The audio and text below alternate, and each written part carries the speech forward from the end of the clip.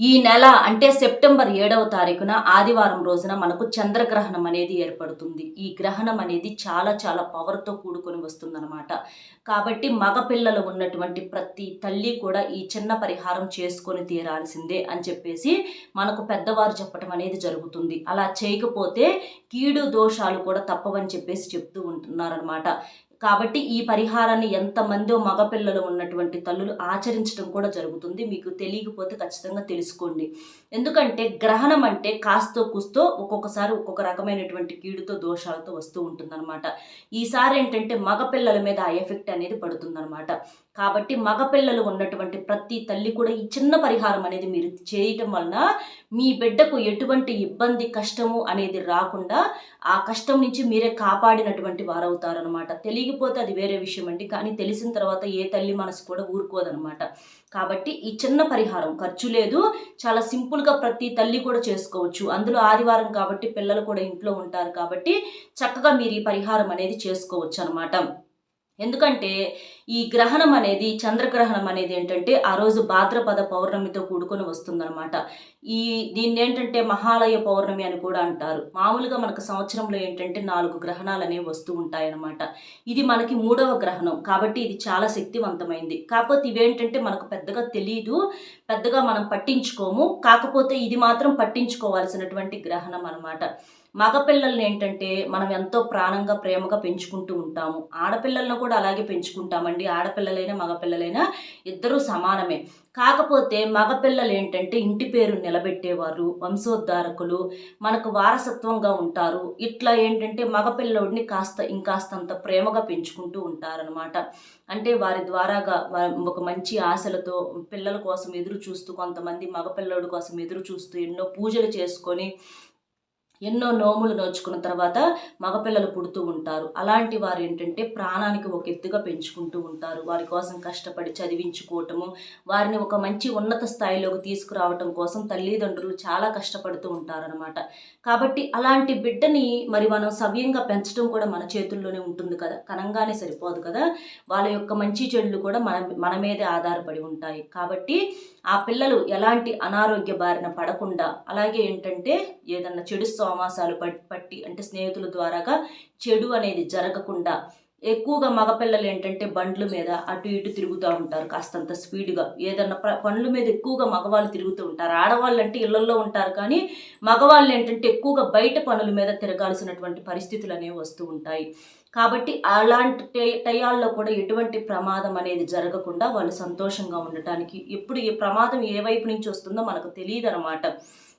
ఎప్పుడైనా కీడెంచి మేలంచాలని చెప్పేసి పెద్దవాళ్ళు చెబుతూ ఉంటారు. మనం జాగ్రత్తగా ఉన్న ఎదుటి వాళ్ళు ఎలా ఉంటారో తెలియదు. కాబట్టి అలాంటి వాటి నుంచి బయటపడటానికి ఈ పరిహారం అనేది చాలా బాగా పనిచేస్తుందన్నమాట. మీకేదైనా సమస్యలుంటే, అంటే ప్రేమ, పెళ్లి, ఉద్యోగం, రాజకీయము, విదేశీ ప్రయాణము, ధనం నిలకడ లేకపోవడము, భార్యాభర్తల మధ్య గొడవలు, ఆస్తి తగాదాలు, అప్పుల బాధలు, స్త్రీ పురుషుల వశీకరణము, ఎటువంటి గుప్త సమస్యలకైనా సరే శ్రీ షిరిడి సాయిబాబా ఆశీస్సులతో జ్యోతిష్యం చెప్పబడును. గురూజీ సాయిరాజు గారు.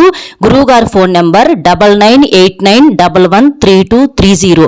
ఈ నెంబర్ కనుక మీరు ఫోన్ చేసినట్లయితే మీరు ఎక్కడ ఉన్నా పర్వాలేదు, ఫోన్లోనే మీ సమస్యకు పరిష్కారం అనేది గురువు గారి ద్వారాగా అందుతుంది. గురువు గారు చేసేటటువంటి ప్రత్యేకమైనటువంటి పూజల వల్ల, పరిహారాల వల్ల మీ సమస్యకు 100% పరిష్కారం అనేది దొరుకుతుంది. అలాగే స్త్రీ పురుషుల యొక్క వశీకరణం కూడా చేయబడును. గురువు గారు చేసేటటువంటి అంటే చాలా మందికి కూడా చేసినటువంటి పూజల వల్ల, పరిహారాల వల్ల ఎంతో మందికి కూడా సమస్యల నుంచి పరిష్కారం అనేది దొరికింది. కాబట్టి మీకు ఏదైనా సమస్య ఉంటే ఈ నెంబర్కి గురువు గారికి కాల్ చేసి మీ సమస్య నుంచి బయటపడగలరు.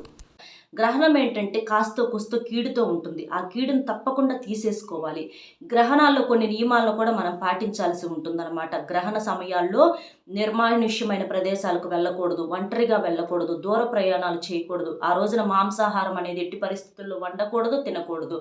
ఆ గ్రహణం రోజున ఏంటంటే కాస్త నిల్వ పచ్చళ్ళు అవ్వచ్చు, బియ్యాళ్ళు అవ్వచ్చు, కాస్తంత గరికి పోచను వేసుకొని తర్వాత గ్రహణం పూర్తయిన తర్వాత వాటిని మరుసటి రోజు తీసేసుకొని వాటిని వండుకోవచ్చు. అలాగే గ్రహణానికి ముందు వండినటువంటి ఆహారాన్ని గ్రహణం తర్వాత తినకూడదనమాట. ఇంకా మీకు శక్తి ఉంటే ఆ రోజు ఉపవాసం చేయటం అనేది చాలా మంచిదనమాట. ఇలాంటి చిన్న చిన్న నియమాలు అనేవి ఖచ్చితంగా పాటించాలి. దేవునికి పూజ చేయకూడదు. ఆ రోజున ఖచ్చితంగా ఇలాంటి నియమాలు పాటించకపోతే మాత్రం ఖచ్చితంగా ఇబ్బందులు అనేవి ఎదురవుతాయి అన్నమాట.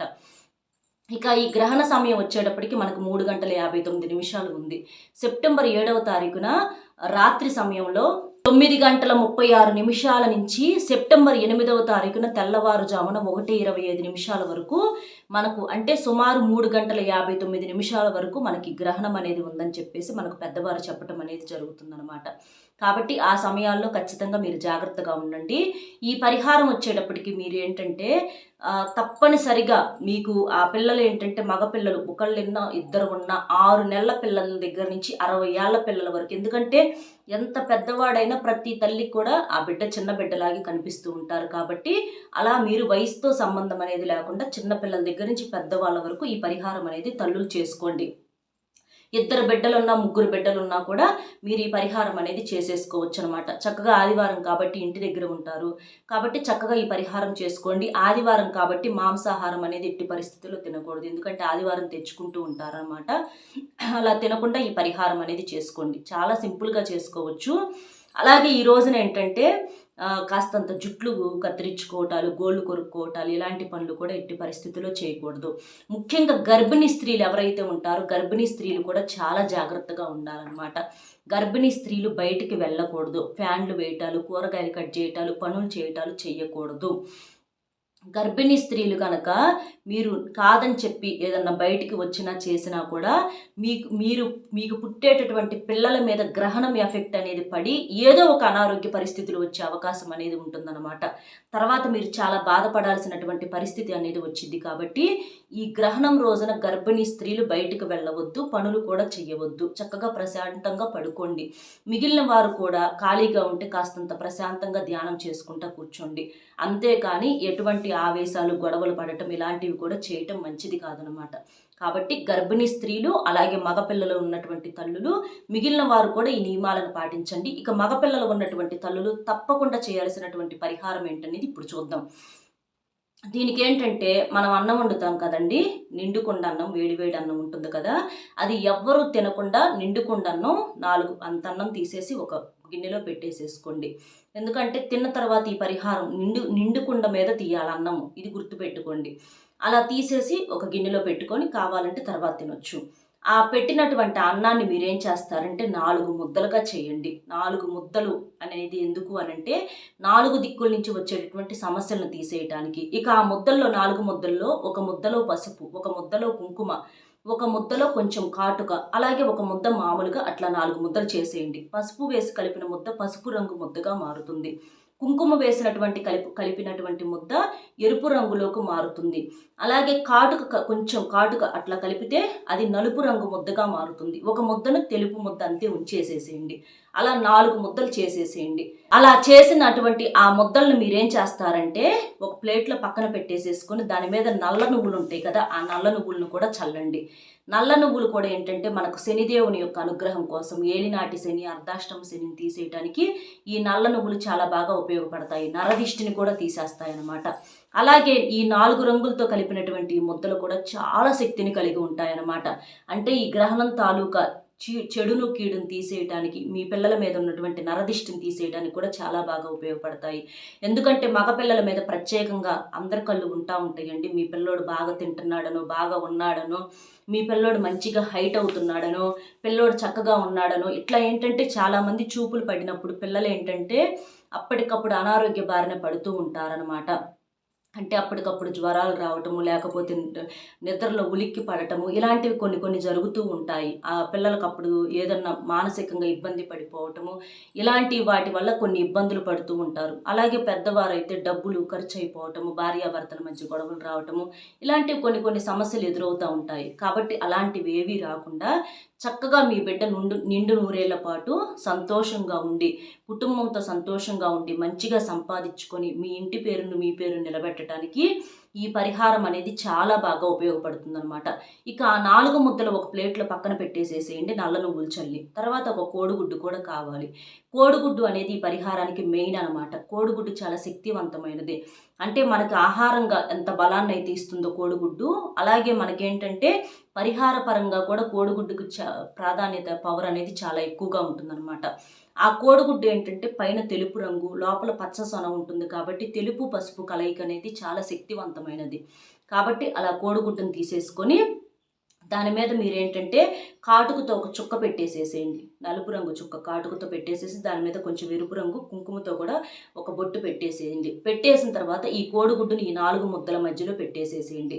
పెట్టేసేసి ఇక మీ అబ్బాయిని కూర్చోబెట్టి, ఒకళ్ళు అవ్వచ్చు లేదా ఇద్దరు అవ్వచ్చు లేదా ముగ్గురు అవ్వచ్చు, కూర్చోబెట్టేసి ఆ ప్లేటును పట్టుకొని కుడి నుంచి ఎడమకు 11 సార్లు, అలాగే ఎడమ నుంచి కుడికి 11 సార్లు సవ్య దిశలో అపసవ్య దిశలో తిప్పేసేసి, తిప్పేటప్పుడు ఈ గ్రహణం తాలూకా చెడు అనేది నా కొడుకులను తాకకూడదు, అలాగే ఏదన్నా నరదిష్టి ఉన్నా కూడా పోవాలి, మా బిడ్డలు సంతోషంగా ఉండాలని చెప్పేసి ఆ తల్లి మనస్ఫూర్తిగా అనుకుంటా చక్కగా తిప్పేసేసేయండి. తిప్పేసిన తర్వాత ఆ ప్లేట్లో ఉన్నటువంటి ముద్దలను తీసుకెళ్ళి ఎవరు తొక్కని చోట కానీ లేదా పారే నీటి దగ్గర కానీ వదిలేసి రండి. వదిలేసినప్పుడు గుడ్డు మాత్రం పగలకూడదు, గుర్తుపెట్టుకోండి. గుడ్డు పగిలితే మాత్రం మీరు చేసిందంతా కూడా వృధా అవుతుందన్నమాట. తర్వాత ఇక ఆ గుడ్డు ఏదన్నా కుక్కలు తింటాయో లేకపోతే ఏమైనా సరే అన్నం కానీ మనకు సంబంధం లేదు. మీరు వదిలేటప్పుడు మాత్రం నిదానంగా వదిలేసిరండి గుడ్డు పగలకుండా. అలా చేసేసి శుభ్రంగా కాళ్ళు చేతులు కడుక్కొని లోపలికి రండి. మీ పిల్లలకు కూడా కాళ్ళు చేతులు కడిగేసేసి లోపలికి పంపించండి, లేదా స్నానమైనా చేయమనండి. ఇలా చేయటం వల్ల ఏంటంటే ఖచ్చితంగా ఈ గ్రహణం తాలూకా ఉన్నటువంటి చెడు అనేది ఏ రకంగా కూడా మీ బిడ్డను తాకకుండా, ఎలాంటి కీడు జరగకుండా ఈ చిన్న పరిహారం అనేది ఆపుతుందన్నమాట. ఎందుకంటే చిన్న చిన్న పనుల్లోనే ఎంతో పరమార్థం అనేది ఉంటుందండి. కొంతమంది నమ్మరు, కొట్టి పడేస్తూ ఉంటారు, కానీ అది వారి వ్యక్తిగతం అండి. కానీ ఎప్పుడైనా సరే పెద్దవారి మాట చెద్దన్న మూట అంటారు. కారణం లేకుండా ఎవ్వరూ ఏది చెప్పరు. సరే మీ మాట ప్రకారం అది నమ్మకం లేదని అనుకున్న చెయ్యండి, నష్టమైతే లేదు కదా, 4 ముద్దల అన్నము, దానివల్ల మీకు వచ్చేటటువంటి నష్టం కూడా ఏమీ లేదు. కాబట్టి ఇలా చేయటం వల్ల ఏంటంటే మనము మన బిడ్డలకి ఎటువంటి ప్రమాదాన్ని కలగనీయకుండా కాపాడినటువంటి వాళ్ళం అవుతాము.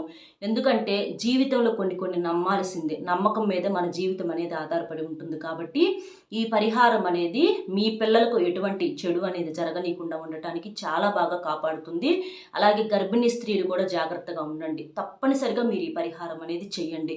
ఇలా చేయటం వలన మీకు ఎటువంటి ఆ బిడ్డలకు ఎటువంటి చెడు అనేది కలగకుండా మీరు సంతోషంగా ఉంటారు. ఎందుకంటే తెలిసిన తర్వాత పట్టించుకోకపోతే అది చాలా పొరపాటు అవుతుంది. ఇవాళ బాగానే ఉంటుందండి, ఎందుకంటే ఎప్పుడు ఎలాంటి సమస్యలు జరగాలని మనం ఎప్పుడు అనుకోము, కానీ టైం ఎలా ఉంటుందో తెలియదు. కాబట్టి మన జాగ్రత్తల్లో మనం ఉండాలన్నమాట. కాబట్టి దైవం యొక్క అనుగ్రహం కోసం ఈ పరిహారం అనేది చాలా బాగా ఉపయోగపడుతుంది. కాబట్టి చక్కగా ఈ పరిహారం అనేది చేసేసుకోండి. మీ పిల్లలు ఏదన్నా దూరాల్లో ఉన్నా సరే కాస్త మీరు వెళ్ళేసేసైనా సరే ఈ పరిహారం చేసుకొని ఖచ్చితంగా వచ్చేసేసేయండి. అర్థమైంది కదా ఏం చేయాలి ఏంటి ఈ గ్రహణం రోజున, చంద్రగ్రహణం రోజున మగపిల్లలు ఉన్నటువంటి తల్లి ఏం చేయాలి ఏంటి అనేది. వీడియో నచ్చితే ఒక లైక్ ఇచ్చి సపోర్ట్ చేయండి. మీరు లైక్ చేయటం వల్ల ఏంటంటే వీడియో మరికొంతమంది కొడుకులు ఉన్నటువంటి తల్లులకు చేరేటటువంటి అవకాశం అనేది ఉంటుంది. దాని ద్వారా వారు ఉపయోగించుకుంటారు. అలా మనం వాళ్ళకు తెలిసేటట్లుగా చేసినందుకు ఆ దైవం ఖచ్చితంగా మనకు కూడా ఏదో ఒక రూపంలో సహాయం చేస్తుందండి. కాబట్టి ఒక లైక్ ఇచ్చి మీకు తెలిసిన ఫ్రెండ్స్ ఎవరన్నా ఉంటే వాళ్ళకు కూడా షేర్ చేస్తే వాళ్ళు ఉపయోగించుకుంటారు, మగపిల్లలు ఉన్నటువంటి తల్లులకి. కాబట్టి అలా లైక్ చేసి షేర్ చేసి మొట్టమొదటిసారిగా మన ఛానల్ చూస్తుంటే సబ్స్క్రైబ్ చేసుకొని పక్కనే ఉన్నటువంటి ఆల్ అనే బెల్ని క్లిక్ చేస్తే నేను పెట్టే ప్రతి వీడియో కూడా ముందుగా మీకు నోటిఫికేషన్ రూపంలో చేరుతుంది. మరొక మంచి విశేషంతో మళ్ళీ కలుద్దాం. Bye friends.